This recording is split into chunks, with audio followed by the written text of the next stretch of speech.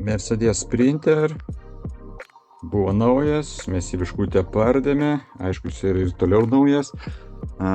Darbai pradedami nuo priekio pas mus tankiausiai, tai šiuo metu jau išklijavome apatinę dugno dalį, lubų dalį priekinę, garso izoliacinė medžiaga.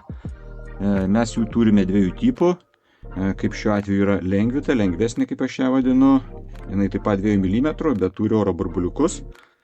Nėra jin tokia sunki, bet kaip nėra didelių plokštumų čia, jinai pilnai atliks savo darbą ir sugers vibraciją. Taip pat mes klijuojame taip pat durėles ir stengiamės ją klijuoti, tuoj parodysiu. Durėlės išklijuoti visą plokštumą, kiek galima daugiau. Jinai yra lengvita, užtat netiek pavargsta durelių vyriai, netaip greitai išdyla.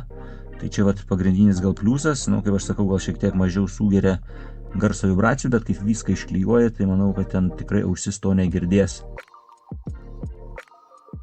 Toliau bus čia klojamas antras sluoksnis dar, tai šiltinimo sluoksnis, šilumos izoliacijos. Čia aišku dar prieš tai prasivedžiojame laidus visus dėl antro akumuliatoriaus statymo, pakrovimų ir valdymų kroviklio. Tada užklosime šiltinimo sluoksnį, po to vėl visas ventiliacinės angas ir ant galo uždėsime grindis. Tai jeigu įdomu, kaip mes visą tai darome, pasekite mus Facebook'e, IG Camper Van ir pamatysite. Iki.